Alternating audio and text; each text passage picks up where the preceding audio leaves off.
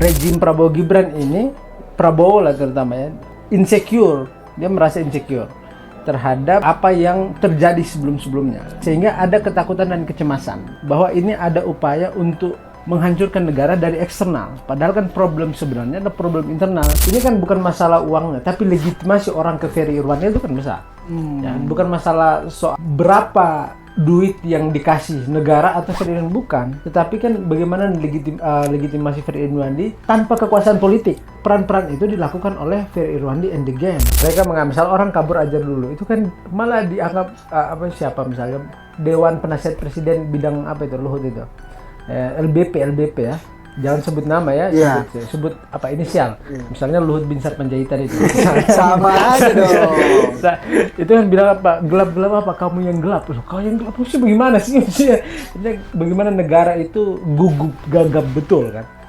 Menanggapi protes.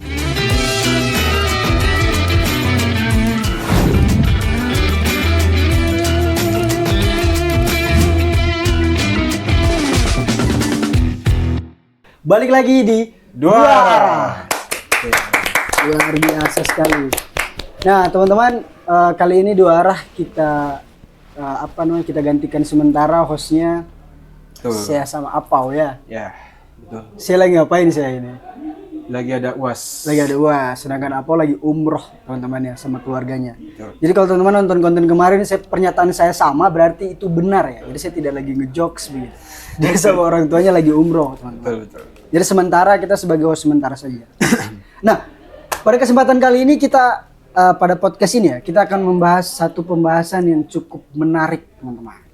Kita bahas soal apa itu, coy? Ya, sebelum kita bahas soal apa, kita kedatangan tamu dulu. Oh begitu. Tidak maksudku nanti saya baru kita kenalkan begitu kan. Kita bahas aja dulu ini bahasan. Oh gitu. Iya, bahas soal apa, Boy? Jadi hari ini kita akan membahas tentang, mumpung ini akhir tahun ya. Ya. Terus kan. Jadi kita mau rekap 1 tahun kepemimpinan Prabowo dan Mas Gibran. Ngeri. Masku. Ngeri. Nah, jadi untuk bahasannya nih ya, kita akan betul-betul membahas secara ini saja, artinya sebagai obrolan dari perspektif kita sebagai masyarakat awam, sebagai aktivis yang kemudian melihat bagaimana kinerja kerja dari Presiden Prabowo dan juga Wakil Presidennya Gibran Rakabuming Raka. Nah, karena itu kali ini kita mendatangkan seorang the one and only seorang bukan narasumber ya, bintang tamu yang cukup terkenal di kalangan komunitas literasi dan juga kalangan aktivis muslim teman-teman ya, begitu ya. Ini dia Mas siapa sih? Mas Mukadim Cakra. Masya Allah. Bagaimana Mas kabarnya hari ini? Alhamdulillah. Sehat. Saya pikir ada tepuk tangannya. Oh ya, tepuk tangan. Oke. Ya seperti pejabat, haus tepuk tangan. Oke. Cosplay, teman-teman. Jadi gimana? Sehat Mas? Ya, alhamdulillah sehat ya. Jadi begini Mas Karim, kita mengundang Anda atau sampean ini ke sini untuk kita sama-sama melihat dan berdiskusi terkait dengan bagaimana perjalanan setahun Prabowo dan Gibran menjadi pemimpin negara kita. Gitu kan? Mulai apa saja pro kontranya, kemudian apa saja isu-isu yang terjadi dan bagaimana kinerja kerja. Apalagi kan soal Astra Citanya dia gitu. Asta Cita atau Astra Cita? Asta Cita. Oh, Asta Cita. Astra motor, Mas. Ya. sorry. Ya. Ya, itu kan 8 cita-citanya Presiden Prabowo dan juga Prabowo, Gibran lah ya. Misi lah ya. Nah, jadi mungkin saya mulai lebih dulu ya kawan ya. Kira-kira pandangan dari untuk teman-teman, Mas Kadim ini merupakan senior kami, merupakan bukan senior ya, ngawur bibip ya. Mas Kadim ini aktivis di komunitas literasi. Beliau juga aktif di beberapa komunitas literasi yang ada di Malang, termasuk di komunitas Kalimetro juga. Selain itu juga beliau ini ketika menjadi mahasiswa sering sekali mengikuti dan juga mengadvokasi persoalan-persoalan masyarakat yang kemudian berkenan dengan kebijakan pemerintah yang tidak ini sama masyarakat. masalah keumatan. Ya, umat demi umat dan bangsa gitu ya. Selalu sekali. Nah, jadi bagaimana kira-kira pandangan pandangan atau sejauh ini Sejauh Presiden mata memandang. Presiden Prabowo dan Gibran ketika setahun ini kita hitung dari Januari 2025 sampai akhir tahun inilah. Kira-kira Dilantiknya kan Oktober. iya, pandangan umum kira-kira kinerja kerja mereka ini seperti apa gitu, atau bagaimana sih yang mereka lakukan sepanjang ini kalau menurut pengamatannya sampean ini kan begitu. Ya, Bismillahirrahmanirrahim. Wassalamualaikum. Jangan. Ya Allah. Iya, memang ini ya, good question. Walaupun pertanyaan itu misalnya sudah banyak orang ya, Ya, yang bertanya demikian dan sudah banyak juga jawabannya. belum kayaknya saya rasa. Oh, belum ya? Belum ya? Saya pikir sudah banyak yang berbicara soal ini lah. Belum. Ini pertama kali di podcast ini kita bahas soal rekapitulasi pemerintahan Prabowo Gibran setahun. Bukan rekapitulasi, Mas. Apa? Rekapitulasi itu perhitungan suara. Oh, perhitungan suara. Itu istilah KPU. Iya, betul. Iya. Pokoknya Rekap. Ya. rekapnya sepanjang setahun ini kan apa saja yang dia lakukan. Tanggung jawab saya berat di sini berarti ya. Tidak, kasih pandangan saja. Ya, memang sejak awal kita semua tahu lah ya. Artinya kan kita juga pengguna media sosial ya. Artinya selain kita terlibat di dalam aktivisme gerakan literasi, gerakan sosial yang berkenaan dengan setiap kebijakan pemerintah, kita kan juga mengikuti perkembangan media sosial ya, terutama berkaitan dengan isu-isu yang mutakhir lah, isu-isu yang terkinian. Nah, sejak awal memang Prabowo Gibran ini lemah sekali legitimasi publiknya. Nah, kelemahan legitimasi itu kita lihat di mana? Kita bisa melihat sejak pencalonan. Kan kita kan tahu bahwa kasus pencalonan wakil presiden Gibran ya, wapres tercinta, Menuai banyak kontroversi. menuai banyak kontroversi, melanggar hukumnya yang diganti dan seterusnya kan. Sebentar. Tapi kalau nggak salah Anda ini kan penggemar Gibran. Oh iya, beliau adalah wapres kan itu wapres kita. Tapi kan kita objektif. Saya penggemar dia sebagai orang muda yang dekat sama bapaknya kan begitu kan? Iya, betul. Semua orang dekat sama bapak. Iya. Oh, jangan salah bro. Banyak anak muda yang agak renggang hubungannya dengan bapak. Iya, makanya Gibran itu kan dekat sekali sama bapaknya, sama pamannya dan seterusnya. Dan itu juga salah satu catatan di dalam proses pencalonan presiden dan wakil presiden waktu itu ya. Nah, sejak awal kan sudah begitu. Nah, ada konflik di situ. Sehingga itu pasti mendasari ketika Prabowo Gibran ini dilantik, itu pasti mendasari rendahnya legitimasi publik terhadap kepemimpinan Prabowo Gibran. Nah, dari situ sebenarnya kita melihat bahwa ada upaya untuk rejim Prabowo Gibran ini mula-mula harus mengembalikan legitimasi itu, ya kan? Legitimasi yang kuat. Kalau kita cek survei, itu kan kepuasan publik terhadap Prabowo kan tinggi sekali kan? Ya 80% kan. Ya tentu itu pasti berkenaan dengan periode sebelumnya, karena ini kan dianggap melanjutkan apa yang telah dilakukan oleh bapaknya. Mas Joko. Iya, betul. Mas Joko. Nah, sehingga kepuasan publik itu dianggap masuk akal. Tapi kan sebenarnya yang kita lihat itu kan lebih dari itu. Apa yang tidak diucapkan, apa yang tidak disampaikan, kan itu poin yang substansi sebenarnya kan. Jadi struktur kekuasaan itu kan lebih dari sekedar angka-angka itu, angka-angka survei itu kan. Tetapi apa dampak yang telah dilakukan oleh rejim Prabowo Gibran ini, junto rejim Jokowi Ma'ruf Amin, itu impact terhadap keadilan itu seperti apa? Impact terhadap keamanan itu seperti apa? Keamanan ini ya rakyat ya, keamanan rakyat ketika misalnya orang melakukan protes dan sebagainya terhadap kebijakan yang menyimpang dan seterusnya. Nah, itu kan yang perlu dilihat sebenarnya kan. Jadi ketika legitimasi rendah, ada upaya untuk mengembalikan legitimasi, maka dibuatlah program-program yang populis, ya kan. Jadi kalau kita memperhatikan ya sebenarnya, anggaran untuk membangun citra rejim Prabowo Gibran ini kan besar sekali, dan itu kan sudah tersebar di mana, teman-teman bisa cek lah datanya itu kan. Nah, itu kan upaya untuk mengembalikan legitimasi itu, legitimasi yang buruk di awal itu tadi. Makanya kalau kita perhatikan rejim Prabowo Gibran ini, Prabowo lah terutama ya, insecure, dia merasa insecure. terhadap apa yang terjadi sebelum-sebelumnya. Kenapa? Ya karena itu legitimasi yang rendah itu, karena dia insecure dan sehingga ada ketakutan dan kecemasan. Nah, ketakutan dan kecemasan itu sehingga menjadi masuk akal ketika kita tahu. Kita kan sering lihat pidato Prabowo yang seolah-olah masuk akal tapi kan sebenarnya tidak. Ya kan, misalnya soal tiba-tiba aja dituduh antek-antek asing, dituduh ya kan, antek-antek asing, itu kan paling sering kita dengar itu kan. Itu kan tuduhan pidato-pidato itu sebenarnya kalau kita cek secara detail itu dia menempel atau melekat kepada rasa insekuritasnya Presiden Prabowo itu, karena dia takut cemas terhadap legitimasi yang rendah sehingga dia mencari legitimasi lain bahwa ini ada upaya untuk menghancurkan negara dari eksternal. Padahal kan problem sebenarnya adalah problem internal yang jauh dari keadilan, yang jauh dari kesejahteraan, yang dekat dengan kemiskinan struktural dan seterusnya. Nah, problem-problem itu kan tidak dilihat.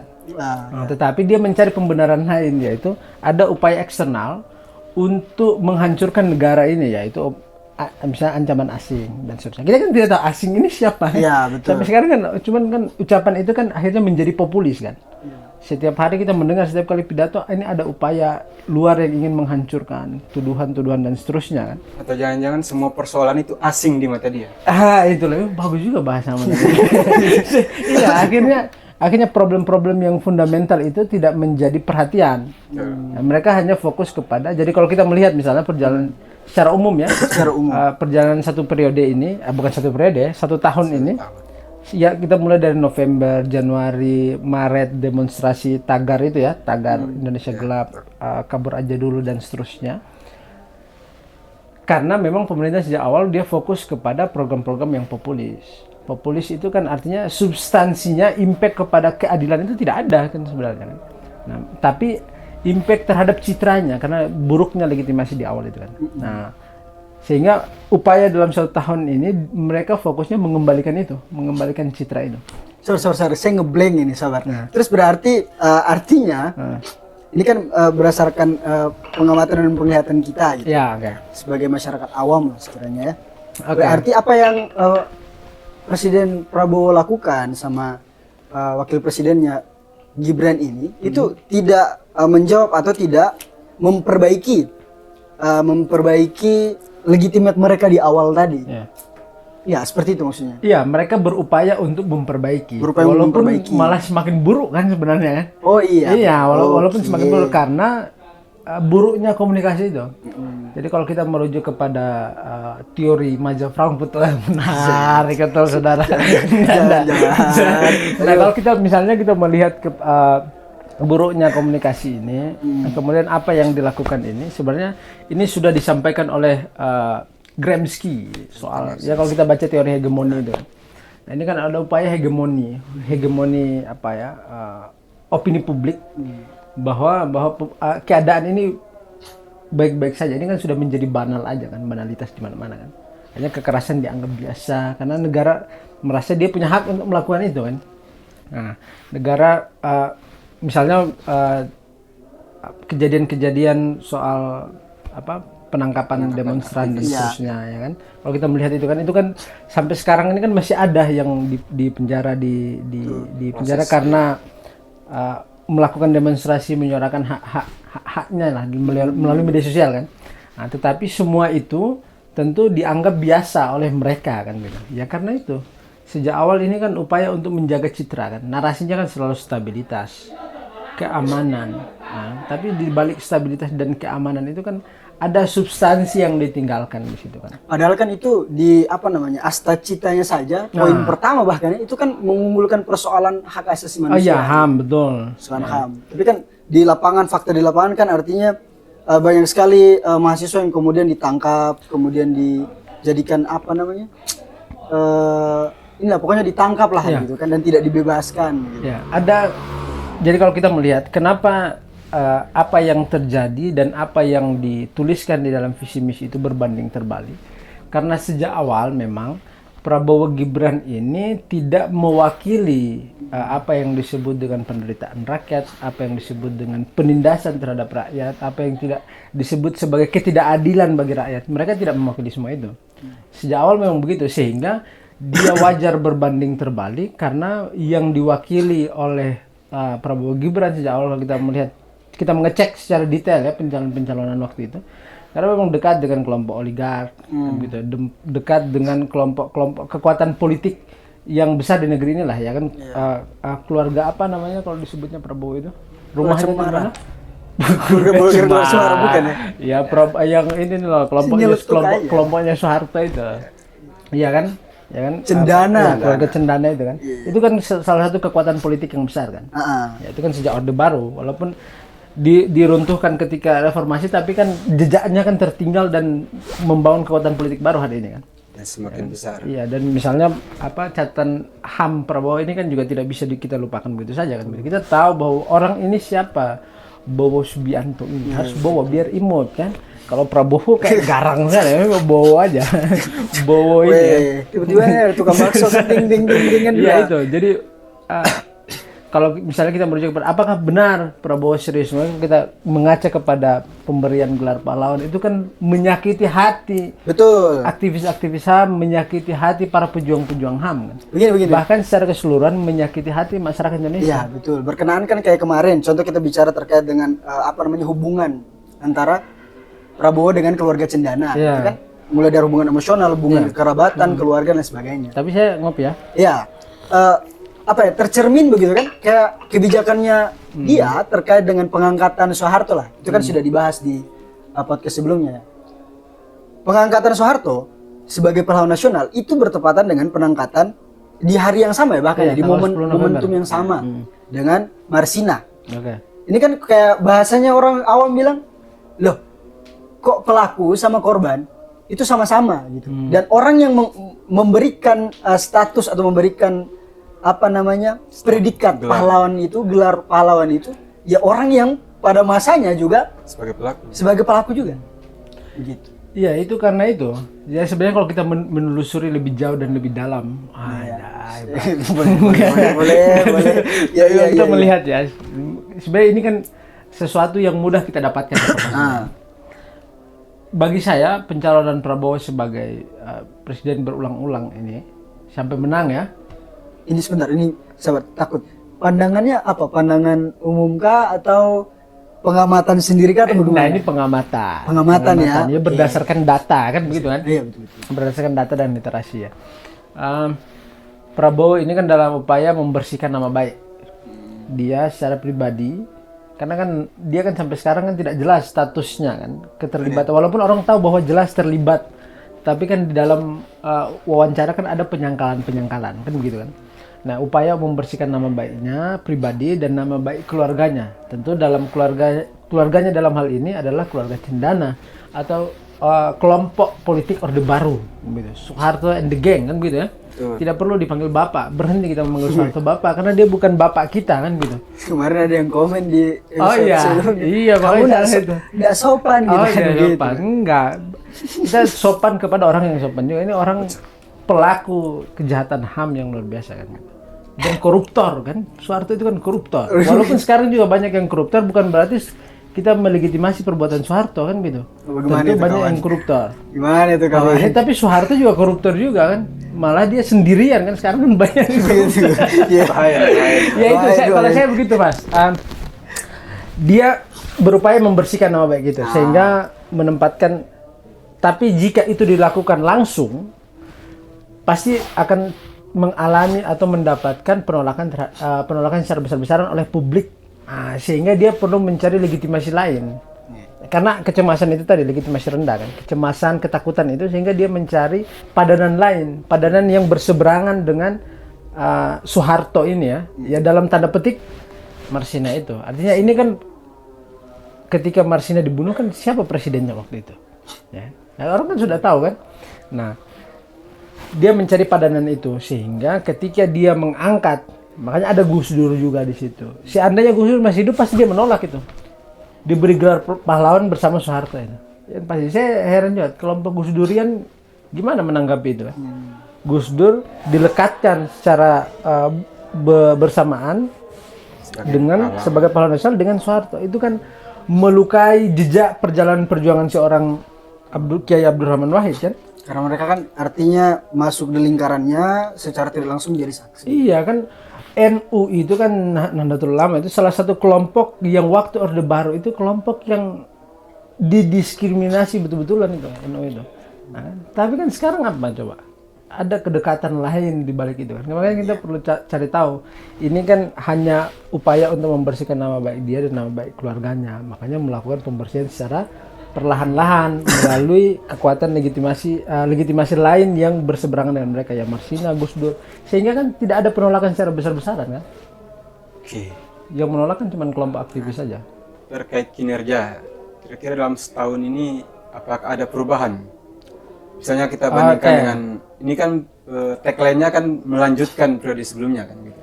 Oke, ya. Adakah perubahan dalam tanda kutip yang positif begitu? Perubahan yang positif? Ya MBG itu enggak bisa. Sama. Enggak. Begini, cara kita melihat apakah ada perubahan yang positif dan tidak positif itu kan di dalam diskursus tentu debatable. Ya. Apakah ada penambahan atau tidak? Tetapi yang kita perlu lihat itu kan struktur kekuasaannya. Sejauh mana sih impact daripada kebijakan ini? Dia mempengaruhi sampai ke grassroots ya. Kalau untuk mempengaruhi kalangan atas kan pasti berpengaruh kan gitu. Tapi apakah dia berpengaruh terhadap kelompok grassroots ini kan? Misalnya catatan soal MBG, program-program populis kan MBG, terus apalagi program-program Prabowo itu kan. Misalnya tambang dan seterusnya itu kan. Hilirisasi dan seterusnya lah, program-program populisnya itu kan. Nah, itu apakah berimpact secara keseluruhan terhadap keadilan sosial atau tidak? Karena kan kunci kehadiran negara ini kan selain memberikan rasa aman, dia harus mendistribusikan keadilan kan gitu ya. Ada distribusi keadilan di situ. Nah, distribusi keadilan ini yang menjadi penting. Cara melihat keberhasilan dari distribusi keadilan ini kan adanya kesejahteraan di tempat itu. Nah, dari situ kan kita bisa melihat cara mengukurnya yang sederhana, sehingga apakah pemerintahan Prabowo selama 1 tahun ini ada pertumbuhan kesejahteraan di wilayah-wilayah tertentu atau tidak? Ya. Tentu fakta menunjukkan tidak kan gitu. Bisa cross check. Iya kan, itu bisa di cross check kan. Kan cara mengukurnya kan dari situ. Tidak bisa kita mengukur dengan angka pertumbuhan jumlah lapangan pekerjaan dan seterusnya. Oke, lapangan pekerjaan banyak tapi serapannya dapat enggak? Sedikit sekali. 19 juta lapangan pekerjaan. Nah, Jangan lupa itu janji. Oh iya, itu janjinya ini ya. Mas Gibran. Ya, kalau bagi saya cara melihat kinerja itu dari situ. Jadi yang kita lihat itu ada pertumbuhan kesejahteraan tidak di tempat itu. Kalau misalnya kita beli makan aja masih ngutang, berarti kan ada yang masalah di negeri ini kan gitu. Karena kita adalah rakyat yang ikut terdampak di dalam setiap kebijakan kan gitu ya. Betul. Iya. Nah, problemnya kan ada di situ sebenarnya. Cuman kan orang melihat angka aja, kepuasan publik 80% dianggapnya sejalan dengan apa yang disebut dengan kesejahteraan. Itu kan buruk betul kan? Itu kan karena kenapa orang cenderung percaya itu, karena itu kalau pakai pendekatan Gramsci kan hegemoni itu sudah mempengaruhi sampai kita tidur juga mimpi Prabowo kan begitu kan. Itu karena itu kecemasan itu. Ya, terkait hegemoni itu ya. Kita lihat kan kabinetnya kan gemuk sekali. Oh yes, of course. Asik. Nah, bagaimana Anda melihat itu? Ya karena Kita coba alihkan dengan peran dari DPR juga begitu. Nah, DPR ini kan sebagai watchdog kan begitu. Oke. Anjing sebagai anjing. Penggonggong. Oh, anjing penggonggong. Saya pikir anjing aja. Tidak, jangan. Sorry pencinta anjing, sorry. Tidak. Sorry pencinta anjing, maaf. Saya sudah melekatkan DPR ke anjing. Harusnya lebih rendah dari anjing ya. Nanti diciduk sama pecinta anjing se-Indonesia. Oh iya, sorry. Bukan, Man. DPR lebih rendah dari anjing, sorry.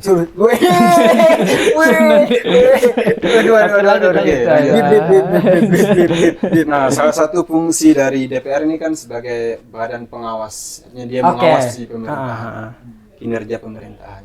Tapi satu sisi, anggota DPR itu dia kan fraksi-fraksi. Oke. Ada fraksi partai A, partai B dan sebagainya.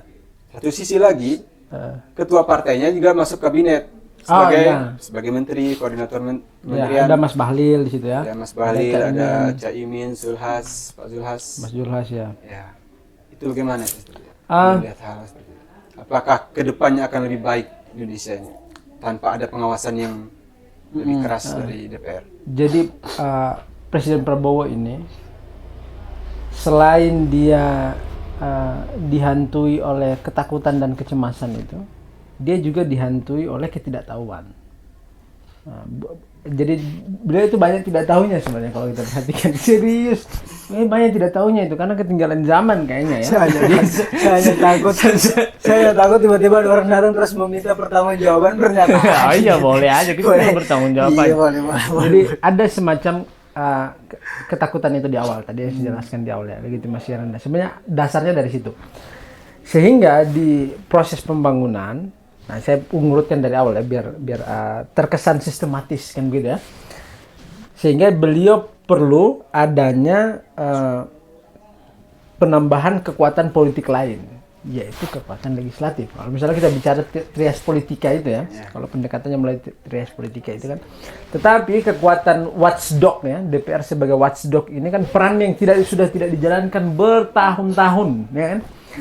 DPR peran sebagai watchdog ini. Sementara memang kita tahu bahwa kekuatan politik terbesar di DPR legislatif hari ini kan ada beberapa partai aja kan.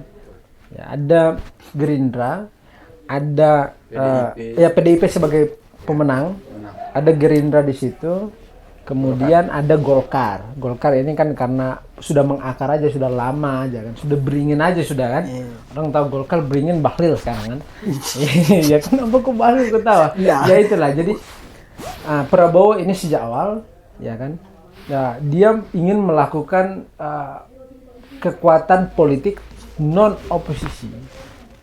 Nah, karena bagi dia oposisi itu buruk bagi stabilitas politik. Ya, padahal sebenarnya kan oposisi itu kan diperlukan kan. Nah, sehingga permainan catur ini, tidak jelas. Ruang legislatif siapa, ruang eksekutif siapa. Kalau kita melihat secara gamblang ya, sebenarnya tidak jelas. Karena DPR juga kadang-kadang kan tidak berperan sebagai watchdog sebenarnya. Iya, dia kadang-kadang joget-joget TikTok. Dan sebenarnya di dalam pemilihan kebijakan ya, penetapan kebijakan kalau kita perhatikan, representasi politiknya itu tidak jelas. Kita misalnya memilih si A, kita memilih Nafa Urba, kita memilih Uya Kuya, kita memilih misalnya Ahmad Saroni misalnya. Mereka ini sampai di sana jadi pion aja. Bukan jadi pion, jadi prajurit aja. Mereka tidak memutuskan. Yang memutuskan siapa? Yang memutuskan itu fraksi. Fraksi ini, keputusan ini dia dapat dari mana? Dari telepon ketua partai. Siapa? Megawati? Ya, Megawati, Bahlil, Surya Paloh, siapa lagi? Dan lain-lain. Zulkifli Hasan, sang pemikul beras 5 kilo itu kan. 2,5 kilo. Ya, 2,5 kilo ya. Ringan. Nah, itu dia mau meniru Sayyidina Umar itu.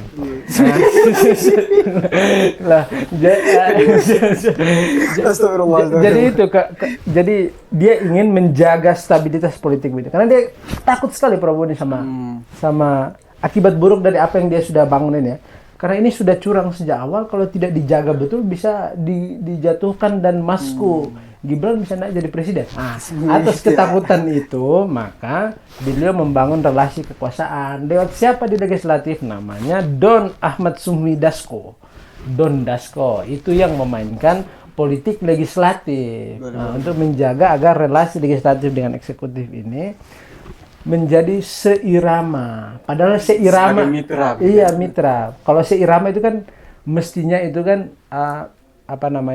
ada nada yang berbeda toh. Tapi ini kan nada yang sama. Jadi kita bisa menganggap lato-lato atau tok tak nah, sama tuh. Iya. Kalau lato-lato kata Rocky Gerung kan laki-laki tolol.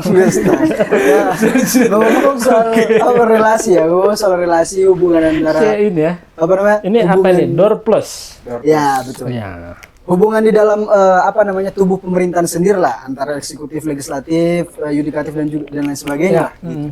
Ngomong-ngomong soal ini kan berarti Pak Prabowo sebagai presiden kan artinya punya pengamatan dan punya pandangan yang luas terkait dengan semua kabinetnya, gitu, semua menteri-menterinya, semua pemerintahan yang ada, baik itu dari tubuh eksekutif maupun legislatif gitu. Ini kan berkenaan juga dengan bagaimana caranya dia memberantas korupsi.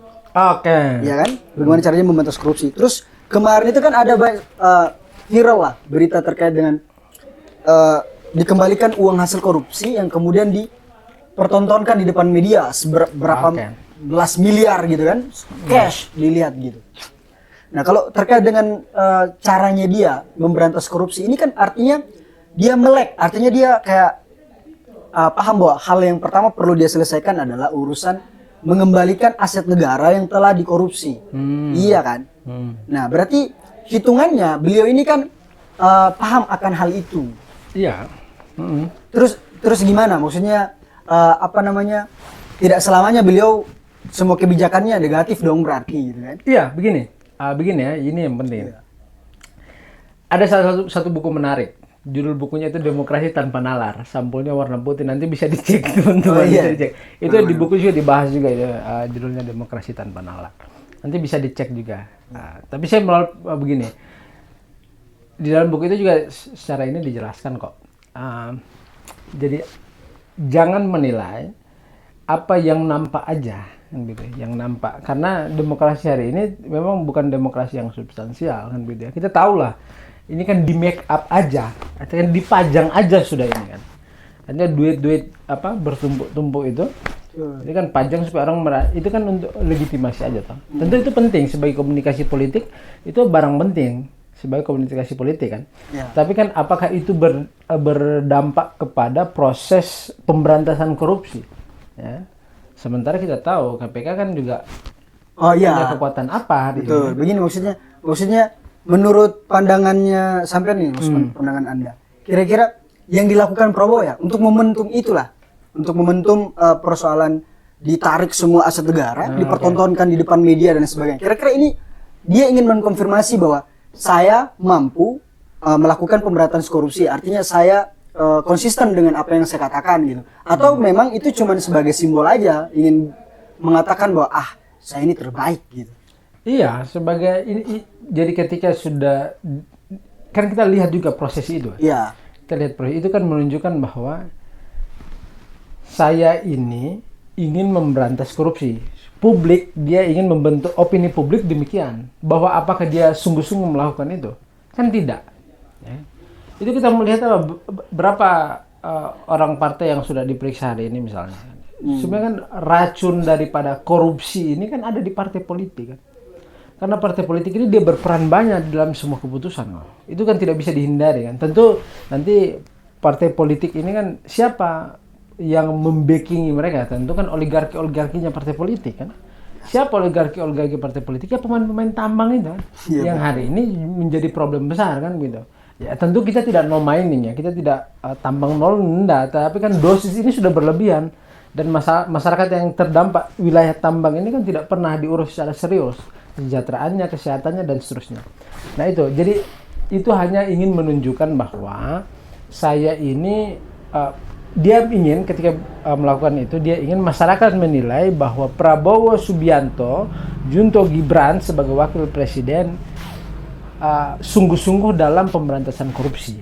Itu hanya sekedar formalitas saja. Iya, saja. formalitas aja. Kita tidak bisa melihat itu sebagai satu hal yang substantif karena lembaga yang dia ini kan melanjutkan kan, melanjutkan apa yang sudah dilakukan periode sebelumnya. Lembaga yang dibuat era reformasi ya KPK itu, dibuat untuk memberantas korupsi. Malah dilemahkan gitu. Iya, malah dilemahkan. Jadi apa yang kecuali dia menguatkan lembaga itu kita akan percaya bahwa ada legitimasi yang kuat. Tapi kan itu kan hanya membuat supaya survei kepuasan publik itu 80% atau lebih tinggi dari 80%. Iya, karena kalau pandangan kita sih kalaupun dia berhasil melakukan itu ya, artinya mau itu pencitraan atau tidak, itu kan ujung-ujungnya memang kewajibannya dia sebagai. Iya, tentu kita melihat itu sebagai kewajiban seorang presiden. Ya, tak patut diapresiasi gitu. Yang gitu. harus dipuji kan gitu. Oh iya, bukan sesuatu yang harus dipuji, betul.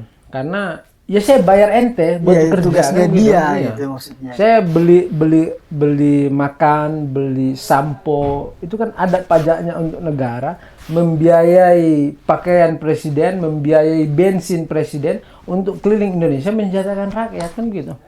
Itu sama kayaknya. Apresiasinya cukup lewat gajinya aja. Iya, apresiasi kan lewat gaji, lewat kekuasaan, lewat power itu. Kan itu power itu kan lebih berlipat-lipat daripada gaji kan. Makanya kalau salah ya kita ketuk kepalanya. Itu sama kayak yang pernyataan DPR itu yang kemarin dia bilang bahwa influencer cuma bisa ngasih 10 miliar kan. Kita ini sudah donasi triliunan. Nah, itu donasi dari mana maksudnya kan? iya, karena buruk kan komunikasi politik. Orang itu kan tidak pernah bergaul keluar. Iya, maksudnya konteksnya dia ini cuma tidak dalam paham kantor gitu loh. Maksudnya tidak paham konteksnya. Bukan masalah konteksnya lagi. Dia itu nggak paham posisinya. Iya. Dia kan sebagai anggota DPR. Lupa daratan dia itu. Artinya begini, orang yang non kekuasaan aja mampu melakukan kerja-kerja publik. Ini kan bukan masalah uangnya, tapi legitimasi orang ke Ferry Irwandi itu kan besar. Ya, bukan masalah soal berapa duit yang dikasih negara atau Ferry Irwandi, bukan. Tetapi kan bagaimana legitimasi Ferry Irwandi tanpa kekuasaan politik. Nah dia itu siapa namanya? Saya tidak kenal juga, dia tiba-tiba sok ini sekali dia. Saya tidak tahu dia wakil rakyat siapa. Iya, jadi saya tidak yakin merasa suaranya juga diwakili dibeli sama itu. Oh, Iya, biasa orang suaranya dibeli itu pasti pemilih. Iya, saya bertanggung jawab kok sama narasinya. Intinya jangan seujud, jangan seujud. Enggak, karena tidak mengerti kan. Mana state, mana non state kan. Kalau kita dalam teori politik itu kan ada non state actor dan ada state actor kan gitu kan.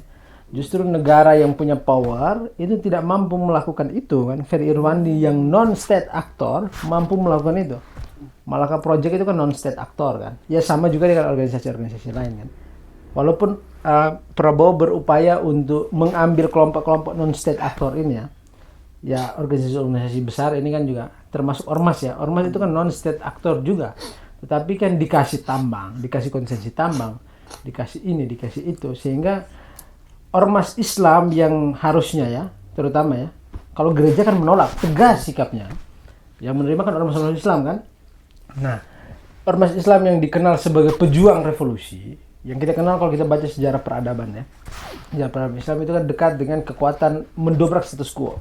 Tapi kan fakta menunjukkan bahwa dekat sekali dengan kekuasaan, power kekuasaan. Nah itu kan jadi citra yang buruk sebenarnya kan. Nah itu peran-peran itu dilakukan oleh Ferry Irwandi and the gang, ya termasuk kelompok-kelompok SMI dan seterusnya, Social Movement Institute dan teman-teman yang ditangkap hari ini dari komite politik itu kan melakukan peran-peran civil society kan, non state actor itu kan. Nah ini kan malah tidak dilihat sebagai salah satu variabel penting, tapi dilihat sebagai ancaman. Karena apa? Karena ketakutan, ada kecemasan. Mereka itu kan tidak bisa kerja. Jadi kalau dikritik memang kelabakan, padahal hanya kritik aja. Makanya kan saya nggak tahu isi kepalanya apa FYP, isi FYP-nya apa saya nggak tahu saya. Itu maksudnya yang beranda yang di TikTok, Instagramnya itu apa yang melintas itu apa nggak tahu. Apakah orang joget-joget aja apa bagaimana sih? Ya, itu memang sejak awal itu, sehingga wajar mereka berpikir begitu. Saya sudah biasa akhirnya, saking seringnya mereka melakukan itu ya. Saking kesalnya. Iya, saking kesalnya ini sudah biasa.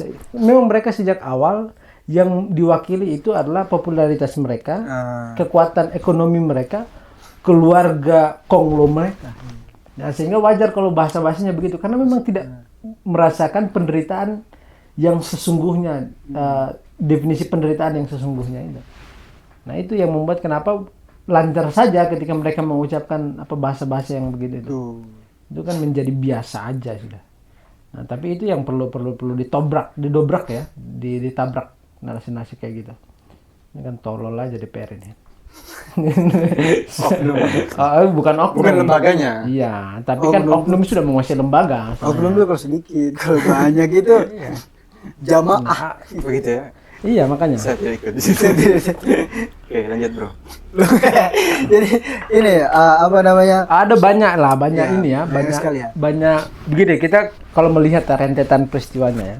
Misalnya sejak ada LPG, kasus LPG waktu itu masih ingat ya? LPG. Kalau kita menyusun dari awal ya, ada problem LPG di situ, ada problem misalnya di Maret Tagar itu tadi, kemudian ada ini lagi menteri pertanahan ini loh, yang bilang kalau tanah nganggur disita negara, ya Mas Nusron kan, tanah nganggur disita oleh negara, rekening nganggur diblokir.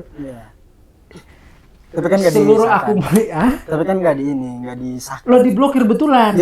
Sudah diblokir baru mengalami protes besar-besaran. Kemudian yang baru dikembalikan. Iya. Dan yang menjadi catatan adalah cara mereka menanggapi protes itu kan buruk sekali. Cara negara menanggapi protes itu kan. Mereka mengambil, misal orang kabur ajar dulu, itu kan malah dianggap siapa misalnya Dewan Penasihat Presiden bidang apa itu, Luhut itu, LBP ya, jangan sebut nama ya, Iya. sebut apa inisial, misalnya Luhut Binsar Panjaitan itu. Sama aja dong. Nah, itu kan bilang apa, gelap-gelap apa, kamu yang gelap. Loh, kau yang gelap sih bagaimana sih? Ini bagaimana negara itu gugup gagap betul kan, menanggapi protes rakyat. Padahal protes rakyat itu kan dia berakar kepada penderitaan yang dia alami. Bahwa dia tahu bahwa ini susah betul kan. Ditambah lagi dengan penyempitan ruang sipil. Tahu penyempitan ruang sipil ya? Jadi polisi, tentara itu dimasukkan di ruang-ruang sipil. Nah itu kan salah satu catatan penting kan. Selain problem-problem tadi kan. Kita mau bahas itu. Nah, saya sudah menebak itu. Kalian akan bahas itu. Keren saya kan? Iya betul. Visioner Tidak bisa begini. Dia langsung disambung. Oh iya. Napas dulu, napas dulu. Oh iya. Iya. Cocok mengganti Gibran. Oh iya, betul, tentulah. Gibran kan tolol tuh. Astagfirullah. Astagfirullahaladzim. Santai-santai. Nah, jadi berkaitan dengan itu, kan kita bicara lagi soal semuanya kembali pada Pak Prabowo sebagai presiden, artinya sebagai kepala negara, sebagai orang nomor 1 di Indonesia. Terkait dengan bagaimana militer masuk di ranah-ranah sipil. Nah, itu bagaimana? Maksudnya beliau ini, maksudnya Pak Presiden ini tidak melihat atau tidak membaca dampakkah, atau tidak punya pemetaankah, atau memang cuma sekedar kayak merasa bahwa militer perlu masuk ikut terlibat dalam ranah sipil, gitulah maksudnya. Iya betul. Bukan hanya militer, sekarang kan polisi terbaru juga baru. Ya polisi juga demikian. Iya maksudku, undang-undang itu. bagaimana dia ini begitu? Jadi sebenarnya kalau melihat itu ya, Iya. jadi ini kan sudah dijelaskan kalau kita nonton Dirty Vote 2. Iya. Itu kan detail sekali orang menjelaskan keterlibatan Polri, keterlibatan TNI yang kalau di dalam Dirty Vote itu kan dibagi 3. Ada otak, ada otot, ada ongkos. Nah, ongkos itu kan berkaitan dengan politik gentong babi itu ya, tahu ya? Iya, tahu. Politik gentong babi itu. Kalau otot itu berkaitan dengan menguatkan TNI ya, tentara ya, dan memberi ruang kepada polisi tentara lah, Polri ya. Yang ketiga itu otak itu kan mengamankan partai-partai itu, nah, sehingga non oposisi. Dan sekarang siapa yang oposisi? PDIP juga tidak oposisi. Ya, dalam tanda kutip kan ada ketakutan jika melakukan oposisi secara sungguh-sungguh kan gitu kan. Iya. Ya. Nah itu masuk tadi bagian otot ini. Kalau ketika pemilu itu kan kita kenal dengan istilah parcok, ya, partai coklat ya. Ya polisi itu kan. Polisi. Kan kita tahu iya, fakta menunjukkan bahwa mereka terlibat langsung di dalam proses pemenangan Prabowo Gibran, ya kan? Tentu melalui Gibrannya kan gitu kan. Karena tangan-tangan Jokowi kan kuat sekali di kepolisian itu kan. Sehingga melalui Gibran itu kan, demi kemenangan Gibran sehingga diberikan kekuatan politik, dibantu kekuatan politik untuk memenangkan Prabowo Gibran. Nah, masuknya militer di ruang-ruang sipil, kita lihatlah siapa di Bulog itu. Nah, kalau kita cek aja nanti banyaklah datanya itu tersebar dan terbuka kok, data sekarang itu gampang kita akses. Ada tentara di situ, tentara aktif ya. Iya, tentara aktif. Sementara di pasal, saya lupa ya, kalau Undang-Undang Polri itu pasal 27 kalau nggak salah ya. Kalau saya nggak salah ingat ya. Iya. Itu diingat, orang boleh menjabat di ruang-ruang sipil apabila sudah pensiun atau sudah tidak lagi sebagai polisi aktif. Ya itu kan peraturan sebelumnya. Iya masih sama. Sama Sampai sekarang. Bisa dicek kok. Bisa dicek. Sama juga dengan tentara tadi. Kan? Makanya problem siapa Seskap itu kan, itu kan juga problem itu. Bahkan ikut pemilu kan tentara juga nggak bisa. Iya nggak bisa. Makanya kan aneh betul kan. Iya. Nah tetapi ini kan ada upaya untuk penyempitan ruang-ruang sipil dari situ sebenarnya kan. Yaitu karena kekuatan Prabowo tidak bisa dia mengendalikan sipil, sehingga dia butuh bantuan yang Satu sisi sama. juga sebagai bentuk balas budi atas Ya tentu pasti. karena dibantu ketika pemilu itu kan. Budi politik waktu pemilu ya, karena budi politik itulah makanya kembali ke tadi awal saya lupa tadi penggemukan kabinet itu kan salah satu dari situ kan. Ini mau dibilang sejak awal zakan kabinet, tapi kan zakannya kan di omongan doang, tapi kan di dalam praktiknya kan sama, ya kan? Tetap melakukan pembagian kue politik itu kan. Makanya militer itu ditaruh di ruang-ruang yang memungkinkan orang untuk tidak mendeteksi keberadaan mereka. Komut sana, komut sini, direktur sini. Bahkan terbaru ini kan ada juga yang jenderal pelaku 98 itu kan, siapa namanya itu, dan diangkat menjadi direktur apa gitu, dirjen apa gitu. Nah itu kan sama tentara aktif loh. Nah ini kan jadi catatan yang penting bahwa ada penyempitan terhadap ruang-ruang sipil. Nah, penyempitan terhadap ruang-ruang sipil ini yang perlu menjadikan perhatian besar. Ya. Salah satunya apa? Pembentukan, kalau kita melihat ya, Kodim ditambah, Koramil ditambah. Ya ini kan, ya kita tahu bahwa ini kesannya kan tidak terjadi apa-apa kan. Tetapi kan keadaan yang tenang itu bisa jadi dia mencekam. Tidak selama tenang itu baik loh. Tenang itu kan bisa jadi mencekam. Nah, pembukaan Kodim di mana-mana, Koramil di mana, penambahan jumlah tentara. Ya, itu kan drastis ya, sekali. Drastis sekali. Apalagi wilayah Indonesia bagian timur itu drastis sekali peningkatan jumlahnya ya. Iya betul, kasihan. Iya makanya apa yang kasihan? Iya makanya apanya ini? Ya begitulah. Sabar. Itu menunjukkan bahwa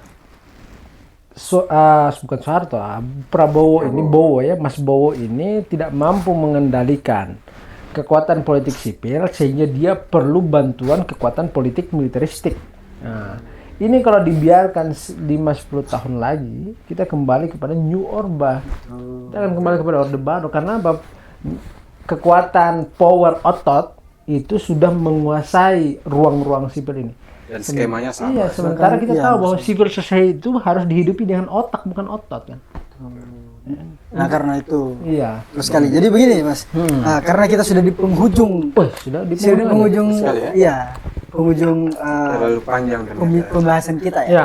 Siapa tahu kalau misalnya teman-teman semua merasa bahwa ini bahasan menarik dan sebagainya, bisa kita bahas, bikin bagian keduanya begitu kan? Ya, nanti teman-teman komen aja terkait dengan apa saja yang kita bahas, atau tidak setuju atau mau somasi kita tidak siap. Gitu. Jadi ini terakhir ya, pertanyaan terakhir dari saya. Bukan pertanyaan sih, lebih ke meminta. Kamu mau kemana memang? Terakhir. Mau hijrah pindah negara Pak? Mau ngojol aja gitu kira-kira. Iya. Atau kita nanti kamu ditabrak sama Brimob loh kalau ngojol. Innalillahi wa inna ilaihi raji'un. Brimob lo nabrak ojol loh kemarin. Iya, begitu. Intinya nabrak lagi. Menggiling loh. Iya. Selain menindas mereka juga menggiling. Jadi saya nanti kena ini. Oke. Nah, terkait tayangan kita ini kan biasanya ditonton sama teman-teman dari kalangan mahasiswa, teman-teman dari kalangan pelajar, atau bahkan mungkin teman-teman yang statusnya teman-teman karyawan dan lain sebagainya lah, masyarakat umum. Kira-kira ada nggak pandangan kasih tahu ke mereka bahwa apa yang kita putuskan dulu ketika memilih pemimpin itu dampaknya begitu besar. Sehingga trust kita pun hak hidup kita, trust kita itu betul-betul dipertaruhkan gitu. Mungkin awalnya gini, kenapa kita harus bersuara? Kenapa kita harus bersuara? Ya betul. Jadi yang paling penting itu soal kesadaran ya, tentu ya. Ya kita harus sadar bahwa kita ini bukan Spiderman, kita bukan Ultraman, kita bukan Iron Man, kita bukan superhero itu. Jadi kalau kamu tidak peduli politik, kecuali kamu superhero boleh kamu tidak peduli politik karena kamu bisa menyelamatkan dirimu kan. Tapi selama kalau kamu bukan superhero, maka kamu harus peduli terhadap politik. Kan politik itu mempengaruhi piring makanmu di rumah. Politik itu mempengaruhi sabun cucimu di rumah. Setiap keputusan politik itu menunjukkan bahwa kamu masih mampu beli sabun atau tidak untuk mandi. Ya kan? Sehingga apapun, siapapun yang menghalangi terdistribusinya keadilan maka wajib diperangi. Jika itu dilakukan oleh Prabowo dan Gibran maka wajib memerangi Prabowo dan Gibran, begitu kan? Berarti perang ini ya senjata ya? Ya bukan, tetapi kalau memang keadaan mendesak untuk memperjuangkan hak-hak hidup kita ya perlu dilakukan ya. Tapi dalam hal ini adalah soal kebijakan, soal keadilan struktural ya, problem kemiskinan struktural ini. Jadi ada kesadaran yang perlu dibangun. Jadi jadi kalau di dalam filsafat timur,